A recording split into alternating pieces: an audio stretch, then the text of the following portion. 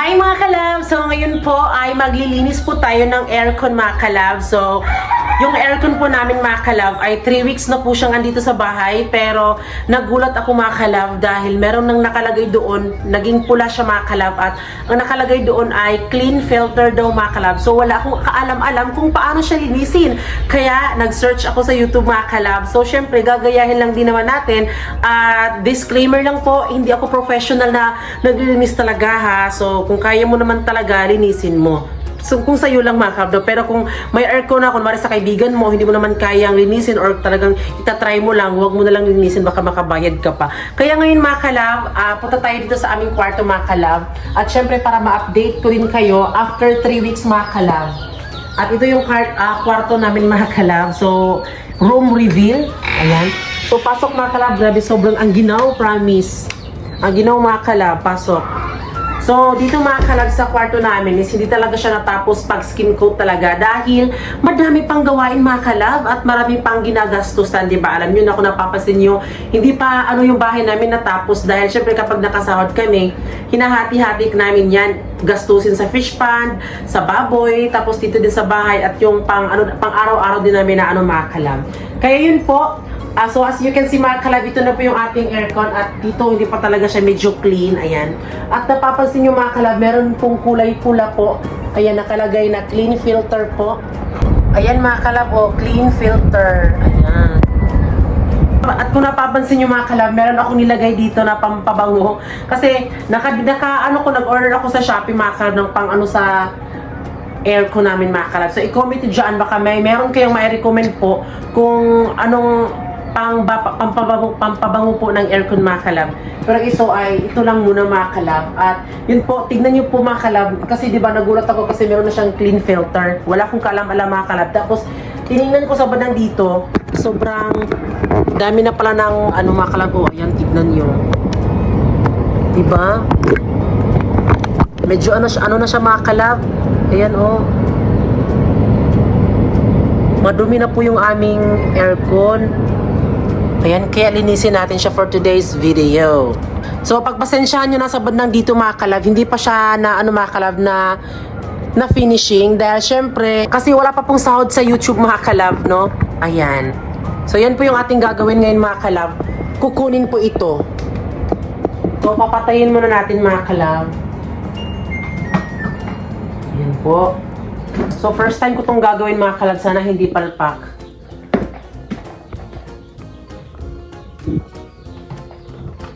Ano kaya?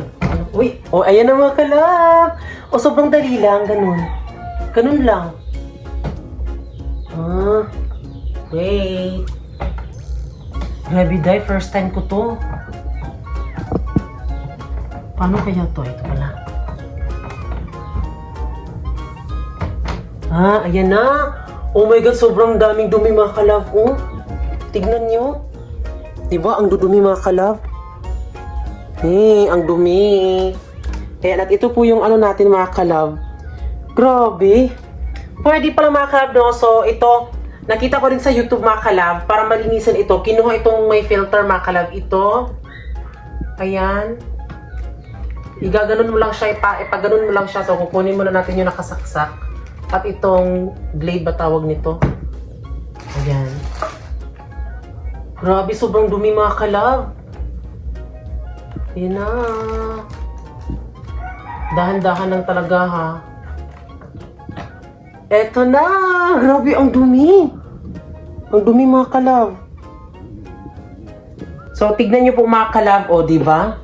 Sobrang dumi mga kalab. At disclaimer lang din po, hindi naman ibig sabihin sa 3 weeks pa mga kalab, madumi na. Hindi naman ibig sabihin na kami ha, medyo makalat dito. Kasi, ganoon kasi yun mga kalab. Kasi dito kasi sa bahay namin mga kalab, is di ba malapit lang naman kami sa mga kalab, sa mga sa mga kahoy-kahoyan. Ayan.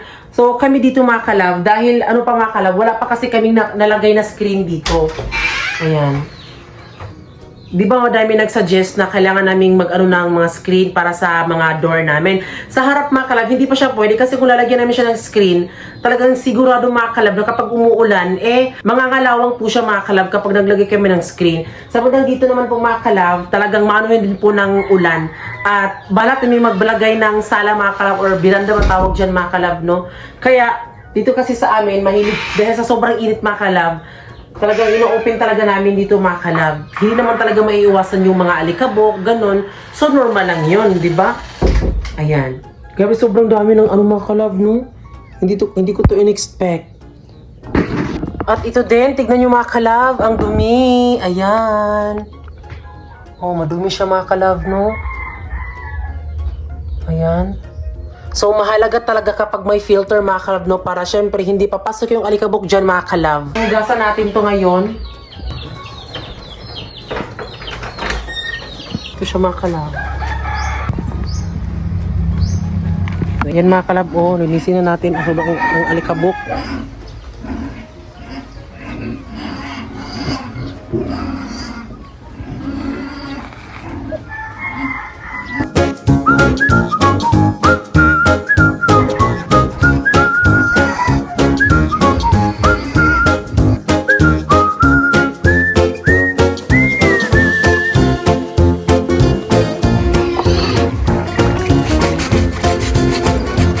Dahan-dahan lang po ang pag-ano ng brush mga kalab, baka masira.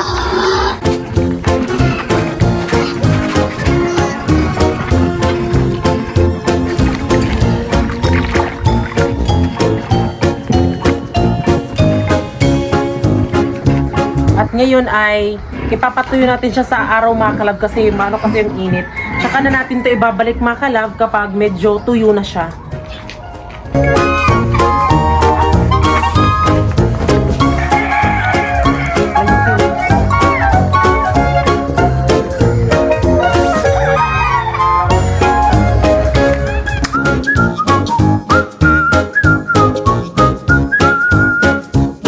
Ayan na mga kalab, nasampay na natin at pasok tayo sa loob dahil lilinisin natin yung doon mga kalab sa aircon natin.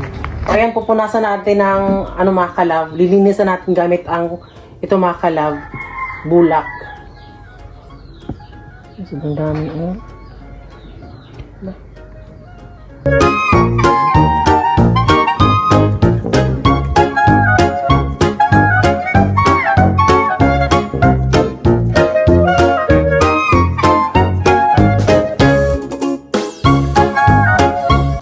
So far mga kalab, hindi naman madumi yung dito sa bandang loob. Yung sa gilid-gilid nilang talaga mga kalab, medyo madumi siya. Buti na nga lang may filter.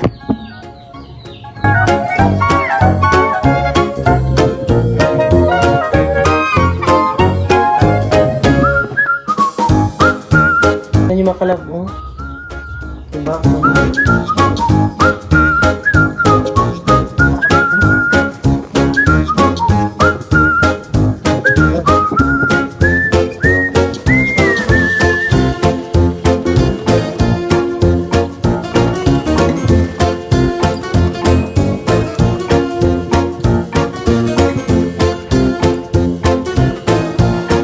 So, ayan mga kalab, ayan, lilinisan naman natin dito.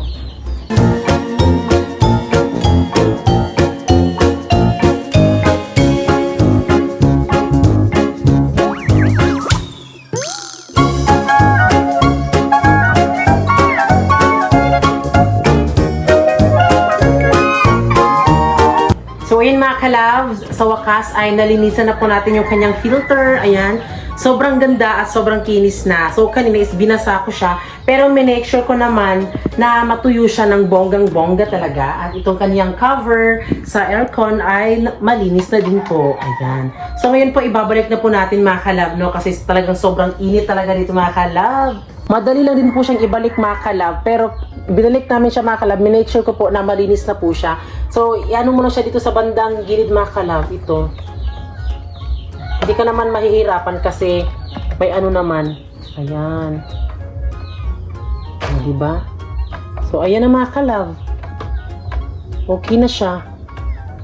At ibabalik na naman po natin yung itong cover. So, So, merong sa bandang dito mga kalab, ayan, at dito po, i-ano natin ito. I-up, then down, tapos i-cover na. O, diba? Sobrang dali lang mga kalab. Ganun lang. Kapag kunin mo naman siya, ganun mo lang. Parang sabay mo kuha mga kalab, tapos ipataas, tapos kunin. Tapos pagbalik naman, ito, pataas, pababa, tapos ayan. Ayan na. O, diba? So, itatry natin mga kalab kung nawala pa ba yung ulan niya. Basta at least ito nalinis na siya. So, meron po siyang kasamang remote mga kalab at di wifi po itong wifi na ito mga kalab. Itong aircon na to is meron na siyang sariling wifi para makakonect po sa remote mga kalab, or correct me if I'm wrong, or dito ba sa banda yung may wifi para makakonect ito, or sa banda dito para sure, parang feeling ko mga kalab, parang ito yung may wifi mga kalab para makakonect ko itong aircon mga kalab.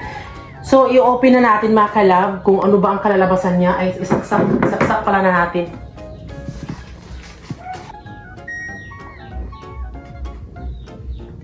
Okay, tingnan niyo mga kalab. So, i-open na natin siya. Oh, nawala na yung ano mga kalab. Kami dito kapag nag-on ng aircon, may mga nag-suggest kasi na bago siya ipa-cool daw, ilalagay muna siya sa fan. Ayan. Tapos yung fan speed niya mga kalab is nasa F3, ganyan. So, ayan po mga kalab. Nawala na po yung kulay pula niya. Wow, di ba? Ang perfect. So, ganun lang po mga kalab ang paglinis po ng aircon mga kalab. Madali lang po siya. So, ayan mga kalab, inaamin ko talaga na mas bongga naman talaga yung split type mga kalab. Yun talaga yung gusto namin.